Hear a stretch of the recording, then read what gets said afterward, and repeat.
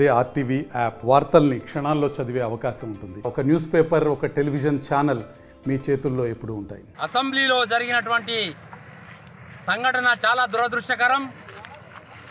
మాజీ మంత్రి, మహిళ అయినటువంటి సబితా ఇంద్రారెడ్డి గారిని ఒక అసభ్య పదజాలతో దూషించడం అనేటటువంటిది చాలా విచారకరం.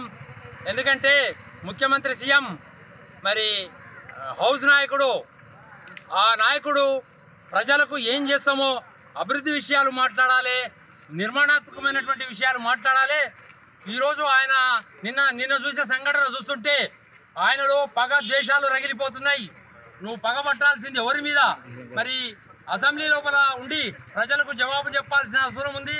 నిర్మాణాత్మకమైనటువంటి అభివృద్ధిపరమైనటువంటి విషయాలను గురించి చర్చించి మాట్లాడాలి. కానీ దూషించే విధంగా ఉంటే ఆయన తత్వాన్ని చూస్తుంటే నిజంగా మన దేశంలోనే ఇటువంటి ముఖ్యమంత్రి ఎవరు లేరు. ఆయన ఇంకా ప్రతిపక్ష నాయకుడుగానే భావిస్తున్నాడు. మరి ఒక ముఖ్యమంత్రి అనేవాడు నిర్మాణాత్మకంగా, శాంతియుతంగా అందరికీ జవాబు చెప్పాల్సినటువంటి పరిస్థితి ఉంటే ఆయన కేవలం ఆయన హృదయం లోపల పగ ద్వేషాలు రగులుతున్నది. ఇటువంటి వాతావరణం ప్రజాస్వామ్యానికి గొడ్డలి పెట్టు. ఒక మహిళమైనటువంటి సబితా ఇంద్రారెడ్డి గారి పట్ల మరి దూషించడం అనేటటువంటిది విచారకరం. అందుకే రేవంత్ రెడ్డి గారు, నువ్వు మార్చుకో. ఓటుకు నోటు దొంగలాగా నువ్వు ఎప్పుడు ఇంకా అదే రకంగా ప్రవర్తించినట్టయితే ప్రజలు నిన్ను చీకొట్టేటటువంటి పరిస్థితి ఉంటుంది.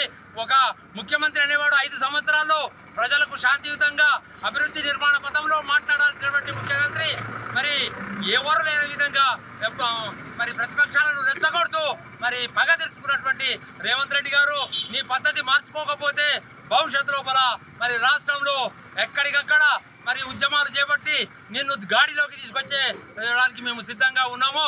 దయచేసి ఇప్పటికైనా రేవంత్ రెడ్డి గారికి ఒకటే విజ్ఞప్తి చేస్తున్నా, నిన్ను ప్రజలు ఎందుకోసం గెలిపించారంటే కళ్యాణ లక్ష్మిలో ఆడపడుచులకు ₹1,00,000 తులం బంగారం ఇస్తారని గెలిపించారు. కానీ అసెంబ్లీలోనే ఆడపడుచులను దూషించడానికి నిన్ను గెలిపించలేరు.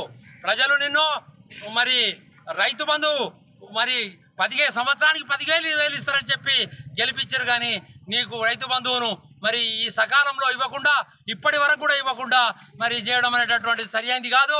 నీవు మేనిఫెస్టో లోపల ప్రతి మహిళలకు ₹2,500 ఉపాధి ఇస్తానన్న నువ్వు మరి ఈనాడు కేవలం ఒక మహిళా నాయకురాలను అగౌరవపరిచినటువంటి నీవు ఆ మహిళలను నువ్వేం ఆదుకుంటావు అనేది మాకు అర్థమైతే లేదు. దయచేసి అక్కలను మరి మహిళామణులను ప్రజాస్వామ్య పద్ధతిలో నీ యొక్క అభిప్రాయాన్ని వెలిబుచ్చాలి. నిర్మాణాత్మకంలో మీరు చేస్తున్న పనులను వెలిపించాలి. కానీ నువ్వే ఆవేశంగా అసెంబ్లీలో గుండాలాగా మరి మాట్లాడడం అనేటటువంటి సరైనది కాదు. మాకు ప్రజాబలం ఉంది. త్వరలోనే నీ మీద గంపెడంత ఆశతోటే పొరపాటున ఓటేసిరు తప్ప నీ మీద భ్రమ కాదు. నువ్వు ఎన్ని పార్టీలు తిరిగి వచ్చినావో యోనికి తెలియదు, అందరికీ తెలుసు. నువ్వు చేసినటువంటి పరిస్థితి కేవలం మరి ఆ ప్రజలు నువ్వు టీఆర్ఎస్ కన్నా ఎక్కువ అభివృద్ధి పథకాలు ఇస్తావనేటటువంటి ఒక పెద్ద ఆశతోటే నీకు గెలిపించారు. కానీ నీ వైనం చూస్తుంటే నువ్వు అణిచివేత ధోరణి అనేటటువంటిది మరి నియంత్రణతో పోకడలను మానుకొని మరి ప్రజలకు జవాబు ఇవ్వాల్సిన అవసరం ఉంది. మరొకసారి మహిళా నాయకులను నువ్వు అగౌరవపరిచినా, అవమానపరిచినా పల్లెల్లో కూడా ఉద్యమాలు చేపట్టి నీకు జవాబు చెప్తామని ఈ సందర్భంగా తెలియజేస్తూ మరిన్ని వీడియోస్ కోసం ఛానల్ ని సబ్స్క్రైబ్ చేయండి. లేటెస్ట్ అప్డేట్స్ కోసం వాట్సాప్ ఛానల్ ని ఫాలో చేయండి. అండ్ లింక్ డిస్క్రిప్షన్ లో ఉంది.